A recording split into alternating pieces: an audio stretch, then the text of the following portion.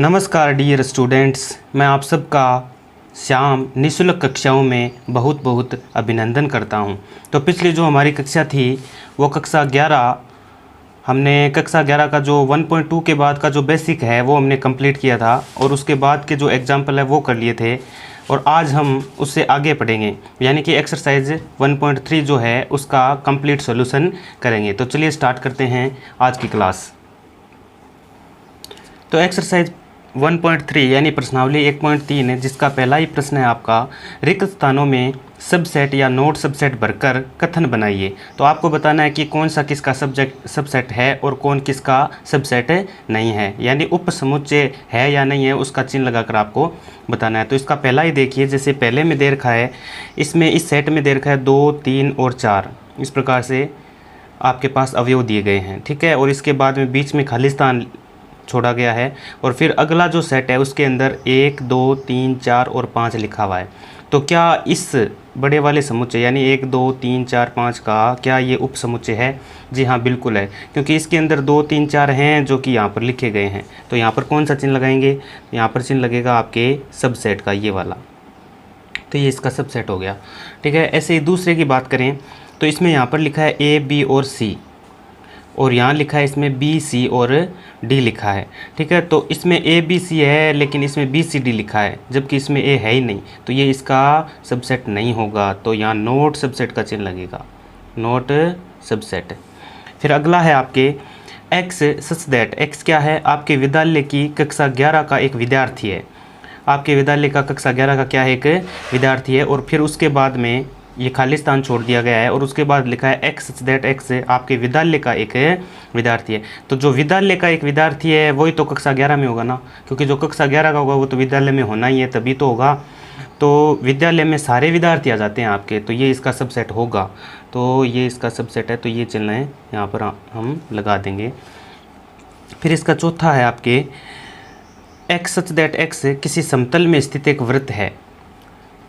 x क्या है? किसी समतल में स्थित एक वृत्त है और यहाँ पे खाली स्थान दे दिया। x सच दैट x एक समान समतल में वृत्त है जिसकी त्रिज्या 1 इकाई है। अब इधर ये कह रहा है कि एक ऐसा वृत्त है जिसकी त्रिज्या दे रखी है, फिक्स दे रखी है कि 1 इकाई का वो क्या है? वृत्त है आपके पास, जबकि इधर लिखा है इसने समतल में स्थित एक वृत्त है। तो समतल में स्थित वृत्त तो कितना भी बड़ा भी हो सकता है, कितना छोटा भी हो सकता है, तो ये इसका सबसेट नहीं है। तो हम इस प्रकार से यहाँ लिखेंगे कि नोट सबसेट, ये इसका सबसेट नहीं है, तो ये चिन्ह लगाएंगे, ठीक है। यही भरना था हमें इसमें।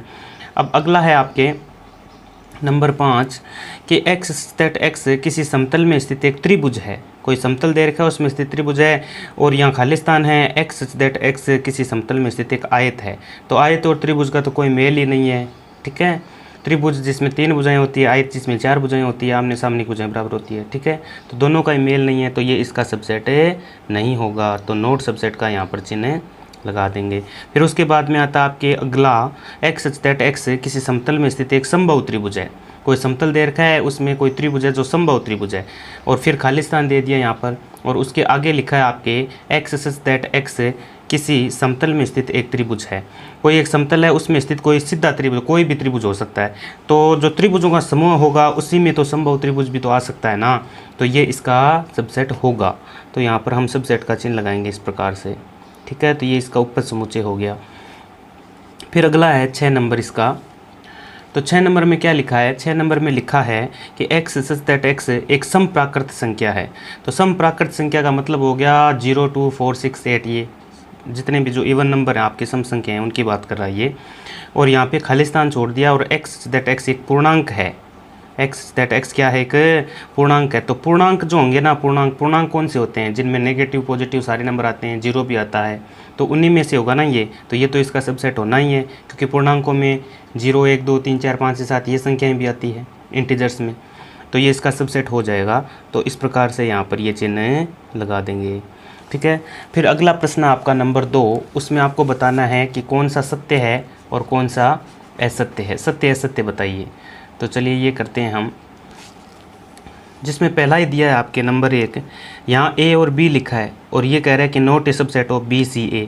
तो यहाँ इधर A, B, C ये तीनों हैं, देखिए ये A, B इसमें भी तो है, तो इसका सबसेट होना चाहिए था, लेकिन ये कह रहा है सबसेट नहीं है। तो ये क्या हो गया? असत्य हो गया। इसको क्या लिखेंगे हम? ये असत्य है, ठीक है। और उसके बाद अगला है ए ई, इसमें क्या लिखा है इसने, ए ई लिखा है। और subset of x such that x अंग्रेजी वर्णमाला का एक स्वर है। तो अंग्रेजी वर्णमाला के जो स्वर हैं वो आपको पता है ए ई आई ओ यू होते हैं, और ए यू में आता है ना, तो ये सत्य है। ये क्या हो गया, इसको लिखेंगे ये सत्य है, ये तो सत्य ही है। फिर अगला, इस सेट में 1 2 3 लिखा है और फिर लिखा है सबसेट ऑफ 1 3 5। तो देखिए 1 3 5 यानी कि 1 है, 3 है, 5 है, लेकिन यहाँ 2 नहीं है ना, तो ये इसका सबसेट हो ही नहीं सकता ना। लेकिन ये कह रहा है सबसेट है, तो ये क्या हो गया, असत्य हो गया मित्रों। तो इसको हम असत्य लिखेंगे। और यहाँ देखिए सेट के अंदर ए लिखा है और यहाँ ए बी सी सेट के अंदर लिखा है, ठीक है। तो ये इसका सबसेट है क्या, हाँ बिल्कुल है, क्योंकि इसके अंदर ए ना इन्हीं में से तो है, तो ये क्या हो गया आपका सत्य हो गया। अब यहाँ देखिए क्या कह रहा है, यहाँ बिलोंग्स टू बोल रहा है कि ए, ये सेट के अंदर ए लिख दिया और फिर belongs to set A B C, क्या ये बिलोंग करता है क्या यहाँ से, बिल्कुल भी नहीं करता है। हाँ सब सेट हो सकता है लेकिन बिलोंग्स टू नहीं लिख सकते इसको, ये सीधा होता ना, यहाँ पर यहाँ ब्रैकेट नहीं होता, ये कोष्टक नहीं होता, तो हम कह सकते थे कि ये बिलोंग करता है यहाँ से। तो ये असत्य हो गया, ये क्या हो गया, असत्य हो गया। फिर अगला है आपके, इसमें लिखा है एक्स सच दैट एक्स संख्या 6 से कम एक सम प्राकृत संख्या है। अब संख्या 6 से सम प्राकृत संख्या जो 6 से क्या है, कम है, 6 से कम कौन सी होंगी, एक तो आपके 2 हो गया, एक आपके 4 हो गया, ठीक है ना, यही तो है 2 और 4, ये सम प्राकृत संख्याएं हैं जो कि 6 से कम हैं। और आगे सबसेट लिखा है एक्स सच दैट एक्स एक प्राकृत संख्या है जो 36 को विभाजित करती है। तो 36 को विभाजित करने वाली संख्याएं तो ये हो गई ना आपके, जैसे 1 2 3 4 6 और फिर 9 हो गया, 12 हो गया, 12 और फिर 18। तो ये सारी संख्याएं हैं जो 36 को विभाजित करती हैं। 18 का भाग इसमें जाता है ना 36 में, 12 का भी, 9 का भी, 6 का भी, 4 का भी। तो क्या इनमें स्थित है क्या ये 2 और 4, हाँ बिल्कुल है। तो ये इसका सबसेट है, तो ये क्या हो गया आपके सत्य हो गया। तो इसको भी हम क्या लिखेंगे, ये सत्य है, ठीक है। अब हम तीसरे सवाल की ओर बढ़ते हैं मित्रों। तीसरा जो सवाल है उसके अंदर आपके लिखा है कि मान लीजिए कि a इज इक्वल टू एक सेट दे रखा है 1 2 5 लिखा है, और अंदर फिर सेट के अंदर एक और सेट लिखा है 3 और 4, ठीक है। सेट के अंदर एक सेट और लिखा है यहाँ पर इस प्रकार से। निम्न में से कौन सा कथन सही नहीं है और क्यों। इनमें से आपको नीचे वाले दिए गए कथनों को बताना है कि कौन सा सत्य है और कौन सा असत्य है, या कौन सा सही है या कौन सा नहीं है और क्यों है। तो सबसे पहले ये लिख रखा है कि 3 और 4 सबसेट ऑफ ए, कि 3 और 4 सबसेट हैं ए के। तो क्या है ये सत्य है क्या, ये सत्य नहीं है, क्योंकि ये बोल रहा है कि 3 और 4 एक सेट है जो ए का सबसेट है। नहीं ये ए का सबसेट नहीं, हाँ बिलोंग करता है लेकिन सबसेट नहीं है, तो ये सही नहीं है। तो मैं इसको क्रॉस लगा रहा हूँ, आप देख लेना, आपको लिखना है, ठीक है ना, मैं क्रॉस लगा रहा हूँ जो सही नहीं है। दूसरा 3 और 4 बिलोंग्स टू ए, हाँ बिल्कुल ये सही है क्योंकि ये बिलोंग करता है। देखिए सेट के अंदर लिखा हुआ है ये, ठीक है ना, 3 और 4 सेट के अंदर ही, तो ये बिलोंग जरूर करता है, लेकिन ये सब सेट नहीं है। तो ये सत्य है, ये सही है, ठीक है। और अब कारण भी साथ में लिखते जाना आपको। इसमें कारण क्या लिखोगे, पहले वाले में क्यों पूछा ना, क्यों है नहीं है, क्योंकि ये 3 और 4 है ना, ये सेट के अंदर आए हुए यहाँ पर, ठीक है, इसीलिए। और यहाँ पर ये बिलोंग करते हैं क्योंकि सेट के अंदर एक सेट और बना हुआ है। और तीसरा जो है उसमें सेट दे दिया और अंदर फिर सेट दे दिया 3 4, और ये कह रहा है कि सब सेट ऑफ है, हाँ तो अब ठीक है। अब यहाँ पे क्या लगा दिया इसने, ये मतलब कोष्टक लगा दिया ना इसने, हाँ तो अब ये जो ए है, ए के अंदर पूरे कोष्टक के अंदर ही तो ये 3 4 आ रहा है ना, तो ये अवयव हो गया एक प्रकार से, तो इसको हम कह सकते हैं। तो ये क्या है, सही है, सत्य है। 1 बिलोंग्स टू ए, तो क्या एक बिलोंग करता है ए से, ये देखिए यहाँ पे 1 बिलोंग्स टू ए, क्या सही है क्या, ये नहीं। यहाँ पे यदि ये कोष्टक होता ना तो हम कह देते, क्योंकि ये बिलोंग्स टू ए, एक बिलोंग्स टू ए, वैसे तो ये सत्य ही है, एक बिलोंग्स टू ए, ये तो सही हो गया, ठीक है। और 5वें में देखिए एक सबसेट ऑफ ए, अब एक सबसेट नहीं है, हाँ बिलोंग करता है यहाँ, ये सही है, एक बिलोंग करता है ए से, लेकिन एक सीधा सबसेट नहीं है। यहाँ पे कोष्टक होता ना, वो मंजिला कोष्टक जो लगाते हैं आप सेट के लिए, तो हम कह सकते थे कि 1 इज ए सबसेट ऑफ ए, लेकिन अब ये सबसेट उपसमुच्चय नहीं है। अगला इसका 1 2 5 और सबसेट ऑफ ए, तो क्या 1 2 5 है क्या, इसमें 1 है 2 है 5 है, हाँ तो ये सत्य है, ये भी सही है, ये गलत है। और 1 2 5 बिलोंग्स टू ए, क्या ये सही है, नहीं बिल्कुल भी नहीं, ये चिन्ह नहीं होता ना यहाँ पर तो हम कह सकते थे, लेकिन ये बिलोंग नहीं करता है, ठीक है, क्योंकि यहाँ पे कोष्टक लगा हुआ है। और यहाँ पर 1 2 3 फिर सब सेट ऑफ ए बोल रहा है, तो 1 2 3 है क्या? नहीं, ये 3 और 4 सेट के अंदर फिर सेट में बने हुए हैं, तो ये भी नहीं है। तो चलिए बढ़ते हैं हम आगे। इसमें और भी दे रखे हैं 8 के बाद। तो तीसरे का 9वां है मित्रों, ये दे रखा है कि फाई बिलोंग्स टू ए, कि फाई जो है क्या वो बिलोंग करता है क्या ए से। अब फाई क्या होता है? फाई तो रिक्त समुच्चय होता है ना, और यहाँ पे लिखा है phi is a subset of A, तो कोई भी फाई जो होता है वो तो सब सेट का क्या होता है? सबसेट होता है। तो ये तो क्या है? सत्य है, लेकिन ये सत्य नहीं है, ठीक है। और यहाँ पर देखो क्या लिखा है इसने, यहाँ पे लिखा है फाई और फिर सब सेट ऑफ है ए, और इसके अंदर लिखा है ये, तो क्या ये सत्य है क्या? ये मतलब एक सेट बना दिया इसने, तो इसका सब सेट होगा ये, बिल्कुल, ये भी गलत नहीं होगा, तो ये भी सही है। तो नंबर 4, क्वेश्चन नंबर 4 देखिए, निम्न के सभी उप समुच्चय लिखिए। आपको इन सभी के उप समुच्चय लिखने हैं, पहला, दूसरा, तीसरा, 3 दे रखे हैं। तो ए जो है उसके कितने उप समुच्चय बना सकते हैं हम? तो एक तो फाई हो गया और एक ए खुद हो गया, तो ये इसके सबसेट बन गए, ठीक है। अब ये दूसरा है, इसमें कितने अवयव हैं? 2 अवयव हैं, इसका सबसेट बनाना है। तो एक तो फाई लिखना है सबसे पहले, फाई तो सबका सबसेट होता है, तो ये तो साथ में आएगा ही। और एक आपके ए हो गया, ठीक है, एक आपके बी हो गया, और एक ए और बी दोनों साथ में हो गए। तो इस प्रकार से ये सेट बना दिया हमने, ठीक है, इसके उप समुच्चय लिख दिए। इसी प्रकार इसके लिखने, आपको यदि उप समुच्चयों की संख्या निकालनी हो ना, तो आप है ना जो सेट के अंदर अवयव हैं उनको 2 की पावर में चढ़ा दीजिए। 2 अवयव हैं तो 2 की पावर 2 4, तो 1 2 3 4 बन गए। ये 1 है तो 1 की पावर 2, तो इसमें देखिए 1 तो आना ही है, 1 तो रहेगा ही यहाँ पर, ठीक है। तो ये फाई तो साथ में आना ही है, क्योंकि फाई तो सबका सबसेट होता है, उप समुच्चय होता है। अब इसके कितने बनेंगे? तो 1 2 3 हैं, तो 3 2 की पावर 3 कितना हो गया? 8 हो गया, तो 8 बनेंगे।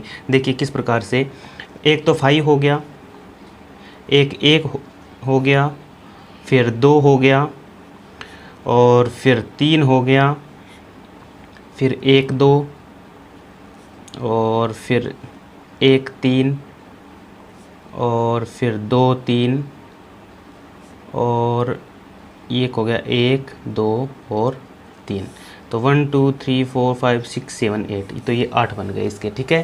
तो ये हमने उप समुच्चय लिख दिया। अब 5वां प्रश्न देखिए इसी का, तो पी ए के कितने अवयव हैं यदि ए इज इक्वल टू फाई है? पी ए के कितने अवयव होंगे यदि ए किसके बराबर है? फाई के इक्वल है, यानी कोई रिक्त समुच्चय दे रखा है, तो कितने अवयव होंगे? पावर ऑफ ए, आपको ए का पावर ऑफ यानी घात समुच्चय बताना है, तो इसमें एक अवयव होगा। कितने अवयव होंगे? एक अवयव होगा, एक अवयव, ठीक है ना। तो एक ही होना है अवयव, तो इससे ज़्यादा तो होगा नहीं, क्योंकि पावर सेट घात समुच्चय आप जानते होंगे जब लिखते हैं हमें, तो जो भी सेट दे रखा है उसके उप समुच्चय लिखते हैं। उस उप समुच्चय में ये फाई तो आता ही है, रिक्त समुच्चय, तो हर समुच्चय का क्या होता है? उप समुच्चय होता है फाई, तो इसलिए फाई आता है, तो ये एक अवयव हो गया ना, तो इसलिए एक अवयव होगा इसमें। अब छठा प्रश्न है आपके, छठे प्रश्न में 4 दे रखे हैं, और आपको कहा है कि निम्न को अंतराल रूप में लिखिए, अंतराल रूप में लिखना है। तो ये x such that x belongs to r -4 less than x less than equal 6, इस प्रकार से दिया हुआ है। तो इसका क्या मतलब है मित्रों? पिछला जो वीडियो है वो देखिएगा, उसमें बेसिक में सब अच्छे से बताया हुआ है, ठीक है ना। अंतराल रूप में कैसे लिखते हैं, अंतराल को बताया मैंने। तो यहाँ पर मैंने -4 लिख दिया, कोमा लगा के यहाँ पर मैंने लिख दिया 6। अब देखिए इस अंतराल के अंदर 6 आ रहा है और 6 से छोटी संख्याएं आ रही है, -4 नहीं आ रहा है, लेकिन -4 से जो बड़ी हैं वो x के अंदर आ रही हैं, यानी -4 से बड़ी संख्याएं आएंगी लेकिन -4 नहीं आएगा। तो -4 की तरफ ये छोटा वाला ब्रैकेट लगाना पड़ेगा हमें, ये छोटा, ठीक है ना, जिसको क्या बोलते हैं? विवृत अंतराल बोलते हैं। एक तो मैंने ओपन इंटरवल बताया था, तो इधर हम ओपन इंटरवल लगाएंगे, ठीक है, और इधर लगेगा क्लोज। क्लोज क्यों लगेगा? क्योंकि क्लोज इंटरवल में जो संख्या होती है, जैसे 6 भी आ रहा है तो क्लोज लगेगा, ये 6 नहीं आता ना। अब यहाँ पे देखिए इक्वल का नहीं होता चिन्ह, सीधा ये होता लेस देन का, तो हम दोनों तरफ ये चिन्ह लगाते, ये वाला कोष्टक लगाते, ठीक है ना। तो इस तरफ ये लगेगा, इस तरफ ये बड़ा लगेगा। दूसरा है x that x belongs to r -12, पहले -12 यहाँ पे लिखिए, और फिर कोमा लगा के माइनस के 10 लिखिए, और दोनों जगह चिन्ह देखिए, इक्वल का कहीं पर भी नहीं है, तो दोनों तरफ ओपन इंटरवल लग जाएगा इस प्रकार से, ठीक है। और तीसरा है x that x belongs to r 0 less than equal x less than 7, less than 7 लिखा है, तो इसको कैसे लिखोगे, ये 0 लिख दिया, ये 7 लिख दिया, ठीक है। अब इधर देखिए इक्वल का चिन्ह है, तो यहाँ बड़ा ब्रैकेट लगेगा और इधर छोटा लगेगा, इस प्रकार से। तो अंतराल के रूप में ऐसे लिखते हैं इनको, ठीक है ना। पिछला वीडियो जरूर देखिएगा मित्रों, और ज़्यादा समझ में आ जाएगा, क्योंकि अच्छे से उसमें बताया हुआ है मेरा, ठीक है, अंतराल के रूप में कैसे लिखते हैं। हो सकता है अभी कम समझ में आ रहा होगा, क्योंकि आपने पिछला वीडियो देखा नहीं होगा, तो पिछला वीडियो ज़रूर देखिएगा, उसमें जो बेसिक बताया है उसमें सब कुछ बताया हुआ है। यहाँ पे x such that x belongs to r 3 less than x less than equal 4। देखिए दोनों जगह इक्वल भी है और लेस देन का चिन्ह है, तो इसका मतलब दोनों तरफ बड़ा ही लगेगा, 3 और यहाँ पर 4 और ये बड़ा ब्रैकेट बंद कर दिया, ये अंतराल हो गया, ठीक है। अब अगला है समुच्चय निर्माण रूप में लिखिए, समुच्चय निर्माण रूप में लिखिए, यानी कि ऊपर वाले सवाल में समुच्चय निर्माण दिया हुआ था, आपको अंतराल रूप में लिखना था। यहाँ पे क्या है, यहाँ अंतराल दे रखा है, समुच्चय निर्माण रूप में लिखना है, तो आप इसी को लिखिए पहले। तो यहाँ पर कैसे लिखोगे, x such that x belongs to r, x क्या है, कोई रियल नंबर है, और ये यहाँ पे दिया है, तो -3 लेस देन, यहाँ पे x लेस देन 0। मैंने सीधा चिन्ह लगाया, देखिए इक्वल नहीं लगाया साथ में, क्योंकि ये ब्रैकेट कौन सा है, छोटा है। कौन सा अंतराल है, ये विवर्त अंतराल है, इसलिए इसको सीधा लिख देंगे। तो लिख दिया हमने और इस ब्रैकेट को कर देंगे बंद। तो ये हो गया समुच्चय निर्माण रूप। अब इसको लिखते हैं, दोनों तरफ बड़ा ब्रैकेट है, तो आपको क्या करना है, x that x belongs to r। अब यहाँ पे लिखा 6, यहाँ पे लिखा x और यहाँ पे लिखा 12 और इसको कर दिया बंद। अब चिन्ह कौन से लगेंगे, यहाँ देखिए सीधा लेस देन लगाया था, क्यों लगाया था, क्योंकि ये छोटा वाला ब्रैकेट था, यहाँ बड़ा ब्रैकेट है, तो लेस देन इक्वल, और यहाँ पर भी लेस देन इक्वल आएगा, ठीक है। और 6 और 12, अब देखिए इस तरफ से तो ओपन और इस तरफ से क्लोज इंटरवल है, तो हम क्या करेंगे, x such that x belongs to r, यहाँ पे 6 लिख दिया, फिर लेस देन और फिर x, और इधर बड़ा ब्रैकेट है, तो लेस देन इक्वल 12। आ रहा है समझ में, इस प्रकार से लिखना है। और जब इसको लिखेंगे तो इधर से तो बंद है, देखिए इधर से तो क्या है, क्लोज्ड, इधर से ओपन, तो हम क्या करेंगे, x such that x belongs to r 23 less than equal लगाएंगे, क्योंकि बड़ा ब्रैकेट है इधर x, और यहाँ सीधा लेस देन आएगा 5, और इस प्रकार से इसको लिख दिया हमने, ठीक है। ये हो गया हमारा 7वां प्रश्न। अब 8वां प्रश्न देखिए मित्रों, 8वें प्रश्न के अंदर क्या कह रहा है कि निम्न में से प्रत्येक के लिए आप कौन सा सार्वत्रिक समुच्चय प्रस्तावित करेंगे। तो दोनों के दो दिए गए हैं नीचे, आपको पूछा जा रहा है कि इनके लिए सार्वत्रिक यानी यूनिवर्सल सेट यानी एक सुपर सेट इन दोनों के लिए कौन सा होगा। पहला है समकोण त्रिभुजों का समुच्चय, दूसरा है समद्विबाहु त्रिभुजों का समुच्चय। तो जो यू होगा ना इनके लिए सॉल्यूशन के अंदर आप जो u लिखेंगे, यूनिवर्सल सेट लिखेंगे, u से रिप्रेजेंट करते हैं ना इसको, चलो यहाँ पे लिखते हैं u इज इक्वल टू, क्या लिखोगे, u के लिए अब यहाँ समकोण त्रिभुजों का है, यहाँ समद्विबाहु त्रिभुजों का है, तो मतलब बात त्रिभुज की चल रही है, तो आप सीधा लिख सकते हैं त्रिभुजों का समुच्चय। क्या लिखोगे, त्रिभुजों का समुच्चय, क्योंकि त्रिभुजों में क्या होगा, त्रिभुजों में समद्विबाहु भी आ जाएंगे और समकोण त्रिभुज भी आ जाएंगे, ठीक है ना। यहाँ दोनों तो यूनिवर्सल सेट ये बनेगा त्रिभुजों का समुच्चय। तो चलिए बढ़ते हैं हम 9वें सवाल की ओर। तो ये मित्रों मैंने लिखा नहीं था, गलती से कॉपी के अंदर मैं भूल गया था, ये यहाँ पे देखिए किताब में दिया हुआ है, यहीं से बता देता हूँ मैं। जो 9वां सवाल है आपका उसमें लिखा है set A is equal to 1 3 5, B is equal to 2 4 6, C is equal to 0 2 4 6 8 प्रदत्त है। इस प्रकार से लिखा हुआ है, यानी A B C 3 आपको सेट दे रखे हैं, और इन तीनों समुच्चय A B C के लिए निम्नलिखित में से कौन से सार्वत्रिक समुच्चय लिए जा सकते हैं। इनमें से ऐसा कौन सा होगा जो इन सब के लिए सुपर सेट होगा, यानी यूनिवर्सल सेट होगा इन सब के लिए। तो यूनिवर्सल सेट तो वो होगा ना जो सबसे बड़ा सेट होगा, उन्हीं में से तो ये सेट निकल करके आए हैं, है ना। तो बड़ा सेट कौन सा होगा, तो ये हो सकता है क्या 0 1 2 3 और 0 से लेकर 6 तक है। अब 0 से लेकर 6 तक तो है, लेकिन सी में देखिए क्या हो रहा है, 8 भी तो आ रहा है ना, तो ये तो हो नहीं सकता, तो इसको हम क्रॉस करते हैं, ये नहीं होगा। 5 तो कभी नहीं हो सकता, क्योंकि 5 तो एक रिक्त समुच्चय होता है। और यहाँ पे चौथा और देख लीजिए 1 2 3 4 5 6 7 8 तक तो आ गया, लेकिन इनमें देखिए 0 भी तो आ रहा है, सी में देखिए 0 भी आ रहा है। क्या 0 है क्या इसमें, 0 इसमें है ही नहीं, तो ये भी नहीं हो सकता। तो होगा कौन सा फिर, यही होगा, ये होगा, क्योंकि इसमें देखिए 0 से लेकर 10 तक है, सारे के सारे अवयव हैं, जो ए में भी है, बी में भी है, सी में भी है, सारों में अवयव है ना। तो एक से ले, तो ये हो गया आपका, इसके लिए इन सब के लिए सुपर सेट बन जाएगा ये, ठीक है ना। इसी को बोलेंगे यूनिवर्सल सेट, सार्वत्रिक समुच्चय। तो इस प्रकार से आपका जो ये चैप्टर था 1.3 एक्सरसाइज, इसको हमने कंप्लीट कर लिया है। अगली जो क्लास होगी उसमें हम वेन डायग्राम यानी वेन आरेख के बारे में अध्ययन करेंगे। तब तक के लिए धन्यवाद मित्रों।